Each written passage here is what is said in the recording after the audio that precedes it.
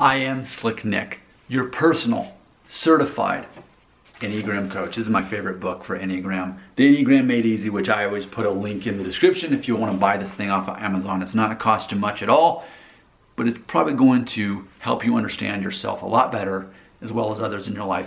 This little series I'm making right here is, as an outsider, I'm looking at all the other Enneagrams and using logic to say, why would you care about that? You're never going to be happy if you keep chasing that. Well, the way Enneagram actually works is whatever thing that drives you as your fear ultimately helps you become better at facing that fear. So, you know, it all works out.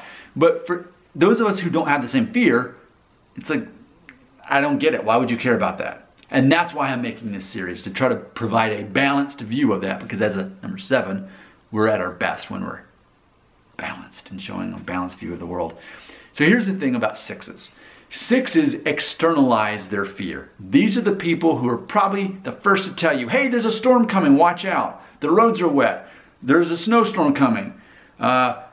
Anything, a sense of danger coming, you're going to hear about it from these type of people. These people also happen to be usually really into surveillance. They're going to have surveillance cameras watching stuff.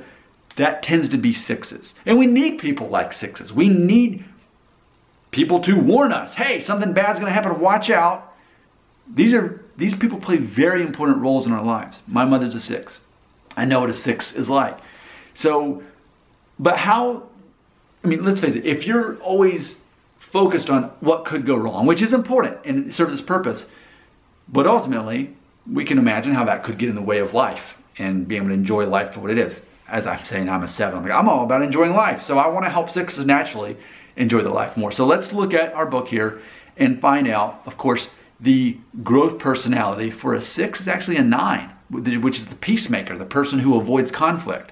So let's see how that matches up. When you're at your best as a 6, you're going to look more like a 9. So let's just look at that again. Let me remind you. You would empathize more with others. You would see things from a broader point of view. You would take life less seriously and free up your energy. And you'd put more trust in your own inner authority. So that's interesting there. So basically, if you're the kind of person who freaks out about the weather being bad or about what might go wrong in the world, World War III or whatever it is, if you're that kind of person who's constantly warning about people about dangers, keep doing it, because that's very important that you do that. And the rest of us need you to keep warning us about what could go wrong. We need you. But at the same time, you want to become more like that ultimate peacemaker who's more easygoing and goes along with things. So that balance right there is ultimately what you're looking for if you are a 6, as far as empathizing with others is what it says here. That's actually going to help you.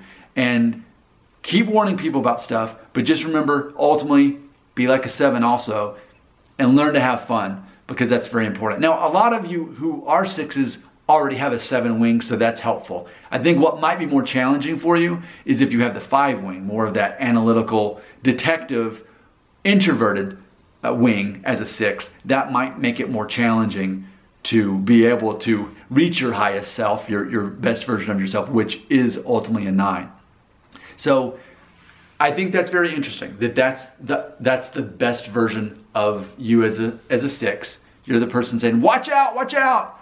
And ultimately, keep saying that, but just realize, oh yeah, I can have fun too, and I can have a conversation that's not based on danger, and that's good too.